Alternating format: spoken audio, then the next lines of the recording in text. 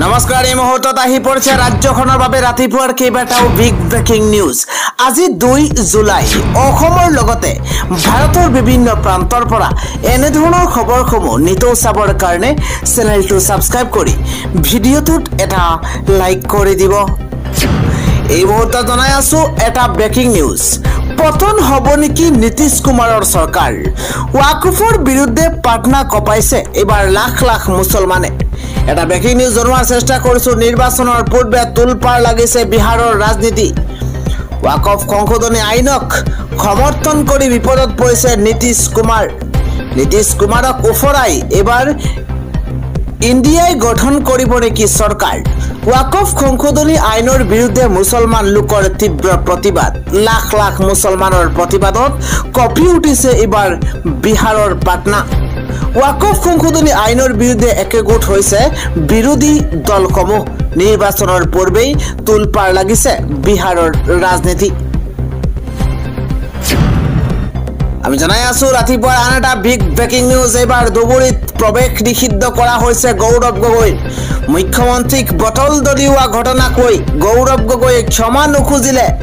ধুবুৰীত প্ৰৱেশ নিষিদ্ধ ঘোষণা কৰা হৈছে গৌৰৱ গগৈক। এই মন্তব্য মন্ত্ৰী ৰঞ্জিত দাসৰ। এটা ব্ৰেকৰ চেষ্টা কৰিছো। ধুবুৰীত গৌৰৱ গগৈক নিষিদ্ধ কৰা হৈছে। ডাঙৰ খবৰ এই মুহূৰ্তত। ধুবুৰীত গৌৰৱ গগৈক সম্পূৰ্ণৰূপে নিষেধ কৰা হৈছে। মুখ্যমন্ত্ৰীৰ ওপৰত কংগ্ৰেছৰ আক্ৰমণৰ পাছতেই গৌৰৱ গগৈক ধুবুৰীত নিষিদ্ধ কৰা হৈছে। গৌৰৱ গগৈ ক্ষমা নোখোজা পৰ্যন্ত নিষিদ্ধ ঘোষণা গৌৰৱ গগৈক। এজন মুখ্যমন্ত্ৰীৰ ওপৰত এনে আক্ৰমণ কেতিয়াও মানি লোৱা নহব। কংগ্ৰেছৰ গুণ্ডাগিৰি কোনো কাৰণতেই গ্ৰহণযোগ্য নহয়। কংগ্ৰেছৰ মুখ্যমন্ত্ৰীসকলে বহুত দুৰ্নীতি কৰিছিল, তথাপিও কোনো দলে এনে ব্যৱহাৰ কৰা নাছিল কংগ্ৰেছৰ মুখ্যমন্ত্ৰীক। ধুবুৰীত তীব্ৰ প্ৰতিবাদ সাব্যস্ত কৰি মন্ত্ৰী ৰঞ্জিত দাসৰ এনেধৰণে ডাঙৰ মন্তব্য কৰা পৰিলক্ষিত হৈছে। মুখ্যমন্ত্ৰীৰ ওপৰত কংগ্ৰেছৰ আক্ৰমণৰ পাছতেই গৌৰৱ গগৈক ধুবুৰীত নিষিদ্ধ কৰা হৈছে। আমি জনাই গৈছো আন এটা ডাঙৰ খবৰ। এইবাৰ কোনে কি খাব, কোনে কি পিন্ধিব, মুখ্যমন্ত্ৰীৰ ইয়াৰ কোনো দায়িত্ব নহয়। উন্নয়নৰ কাম কৰক মুখ্যমন্ত্ৰীয়ে, এই মন্তব্য কৰিছে এবাৰ সংখ্যালঘুৱে। এটা ডাঙৰ খবৰ ব্ৰেকিং নিউজ জনোৱাৰ চেষ্টা কৰিছো। নিষিদ্ধ মাংসৰ অভিযানক লৈ প্ৰথম প্ৰতিক্ৰিয়া প্ৰকাশ কৰিছে আমচুৱে। এটা ব্ৰেকিং নিউজ জনোৱাৰ চেষ্টা কৰিছো। পাকঘৰত কোনে কি খাই আছে সেইবোৰ চাই ফুৰা মুখ্যমন্ত্ৰীৰ দায়িত্ব নহয়। নিষিদ্ধ মাংসৰ ৰাজনীতি কৰাতকৈ উন্নয়নৰ ৰাজনীতি কৰক মুখ্যমন্ত্ৰীয়ে। কোনে কি খাব, কোনে কি পিন্ধিব তাক নিৰ্ণয় কৰিব নালাগে মুখ্যমন্ত্ৰীগৰাকীয়ে।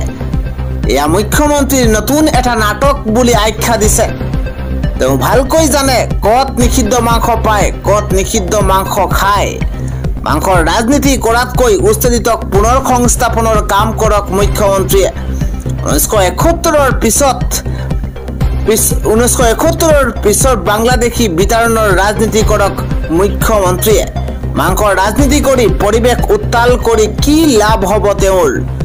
সকলো ধৰ্মকে সমদৃষ্টিৰে চাই আগুৱাই নিয়াৰ ৰাজনীতি কৰক।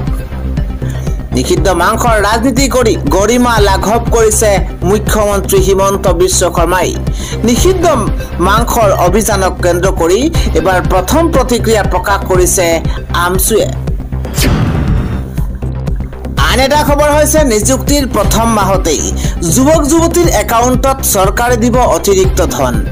এটা ডাঙৰ খবৰ, ভাল খবৰ জনোৱাৰ চেষ্টা কৰিছো। নতুন নিযুক্তি লাভ কৰা কৰ্মচাৰীলৈ চৰকাৰৰ বৃহৎ উপহাৰ।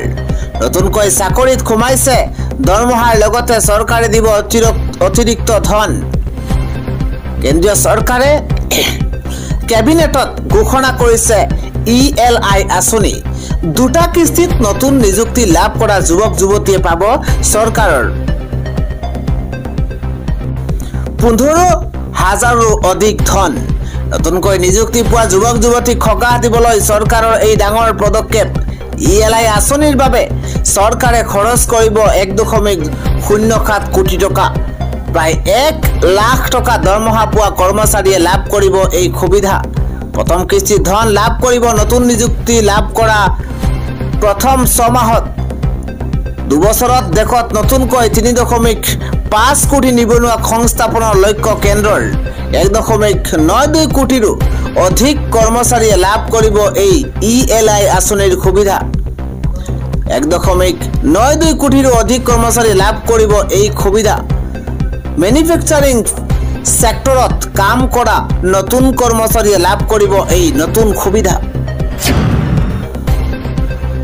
পৰৱৰ্তী খবৰটো হৈছে NRCত নাম থকা লোকক হাত দিলে বিপদত পৰিব মুখ্যমন্ত্ৰী হিমন্ত বিশ্ব শৰ্মা উচ্ছেদক লৈ এবাৰ শেষ খকিয়নি আমচুৰ এটা ব্ৰেকিং নিউজ ডাঙৰ খবৰ জনোৱাৰ চেষ্টা কৰিছো শেহতীয়া উচ্ছেদ অভিযানক লৈ ৰাজ্যপালৰ কাষ চাপিছে আমচু ৰাজ্যপালক বিজেপি চৰকাৰৰ বিৰুদ্ধে দিছে কেইবাটাও গুৰুতৰ অভিযোগ স্মাৰক পত্ৰ দাখিলৰ লগতে বিজেপিক সমালোচনা সংখ্যালঘু সংগঠনৰ সংখ্যাগুৰুক সন্তুষ্ট কৰিবলৈ সংখ্যালঘুক উচ্ছেদ কৰিছে বিজেপি চৰকাৰে সংখ্যাগুৰুক সন্তুষ্ট কৰিবলৈ সংখ্যালঘুক উচ্ছেদ কৰিছে বিজেপি চৰকাৰে প্ৰথমে সংখ্যালঘুৰ অধিকাৰ দিয়ক আৰু তাৰ পাছতেই উচ্ছেদ কৰক চৰকাৰে ধৰ্মীয় সংখ্যালঘুক টাৰ্গেট অমানৱীয় আৰু অবৰ্ণনীয় আখ্যা দিছে বিশ্বত কতো নোহোৱা পৰিস্থিতি হৈছে ৰাজ্যত শিক্ষা এৰি হাজাৰ হাজাৰ শিশু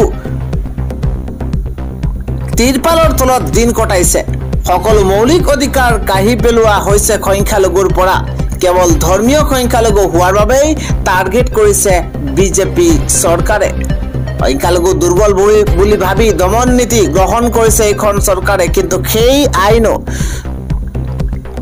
ধুলিসাৎ কৰিছে বিজেপি চৰকাৰে কেৱল উচ্ছেদেই নহয় বাংলাদেশীৰ পুষ্পবেকৰ নামত ডাঙৰ নাটক আৰম্ভ কৰিছে ৰাজ্য চৰকাৰে বাংলাদেশী বিতৰণৰ নামত কেতিয়াও ৰাজ্যত নাইকিয়া হৈছে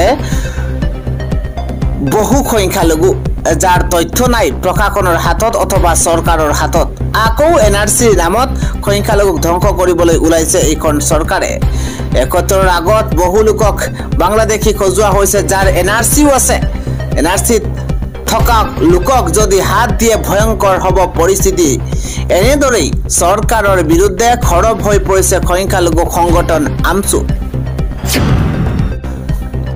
আন এটা খবৰ হৈছে এবাৰ ডাম্পাৰৰ অটপালিৰ বাবে কৰুণ মৃত্যুক সাৱটি লৈছে এগৰাকী 4 বছৰীয়া শিশুৱে ৰাজ্যত আকৌ ডাম্পাৰৰ অটপালি ৰাজ্যত এক ভয়ংকৰ ঘটনা সংঘটিত হৈছে এবাৰ তীব্ৰবেগী ডাম্পাৰৰ খুন্দাত কৰুণ মৃত্যুক সাৱটি ল'বলগীয়া হৈছে এগৰাকী 4 বছৰীয়া এটি কণমানি শিশুৱে পিতৃৰ সৈতে গৈ থকা অৱস্থাতেই তীব্ৰবেগী ডাম্পাৰে খুন্দা মাৰিছে পিতৃৰ সন্মুখতেই 4 বছৰীয়া কণমানি শিশুটিয়ে কৰুণ মৃত্যুক সাৱটি ল'বলগীয়া হৈছে বাক্সাৰ কালাপানীত এই খোকাবহ কৰুণ আৰু খোকাবহ ঘটনা সংঘটিত হৈছে বুলি জানিব পৰা গৈছে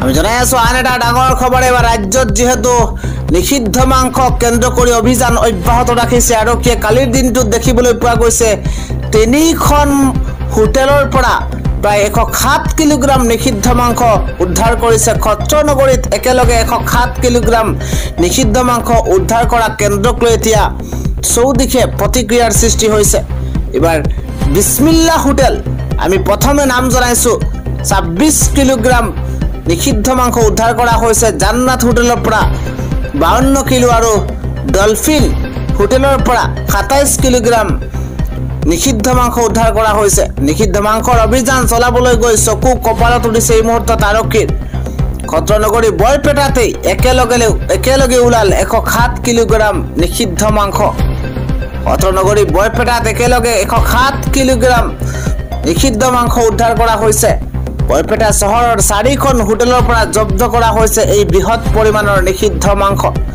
ঘটনা সন্দৰ্ভত আৰক্ষীয়ে আটক কৰিছে 6 গৰাকী ব্যক্তিক ৰাজ্যজুৰি চলা অভিযানত সৰ্বাধিক খত্ৰনগৰীতে ওলাইছে বৃহৎ পৰিমাণৰ নিষিদ্ধ মাংস বৰপেটাৰ খনকুচি কলনীৰ বিসমিল্লাহ হোটেলৰ পৰা 26 কিলোগ্ৰাম নিষিদ্ধ মাংস উদ্ধাৰ কৰা হৈছে লগতে জান্নাত হোটেলৰ পৰা 25 কিলোগ্ৰাম নিষিদ্ধ মাংস উদ্ধাৰ কৰা হৈছে ইফালে বৰপেটা ৰোডৰ আন এখন হোটেলৰ পৰা উদ্ধাৰ কৰা হৈছে 27 কিলোগ্ৰাম নিষিদ্ধ মাংস কালিৰ দিনটোত ৰাজ্যত প্ৰায় 100ৰো অধিক হোটেলত আৰক্ষীয়ে অভিযান চলাইছে। ঘটনা সন্দৰ্ভত ৭০ জনৰো অধিক ব্যক্তিক আটক কৰিছে আৰক্ষীয়ে। নিষিদ্ধ ঘোষণা কৰাৰ পাছতো এইসমূহ হোটেলত অবৈধভাৱে চলাইছিল নিষিদ্ধ মাংসৰ ৰমৰমীয়া বেহা। পৰৱৰ্তী খবৰটো হৈছে ভাৰত পাকিস্তানৰ মাজত কাৰাবন্দীৰ তালিকা আদান প্ৰদান। এইবাৰ 159 ভাৰতীয় বন্দীৰ আগতীয়াকৈ মুক্তিৰ দাবী নতুন দিল্লীৰ। ভাৰত আৰু পাকিস্তানে 1 জুলাই তাৰিখে দুই দেশৰ কাৰাগাৰত থকা নাগৰিকৰ তালিকা কূটনৈতিক মাধ্যমেৰে পৰস্পৰে আদান প্ৰদান কৰিছে। 2008 চনত স্বাক্ষৰিত এখন চুক্তি অনুসৰি প্ৰতি বছৰে 1 জানুৱাৰী আৰু 1 জুলাই তাৰিখে এই দুইখন দেশৰ মাজত তালিকা আদান প্ৰদান কৰা হয়।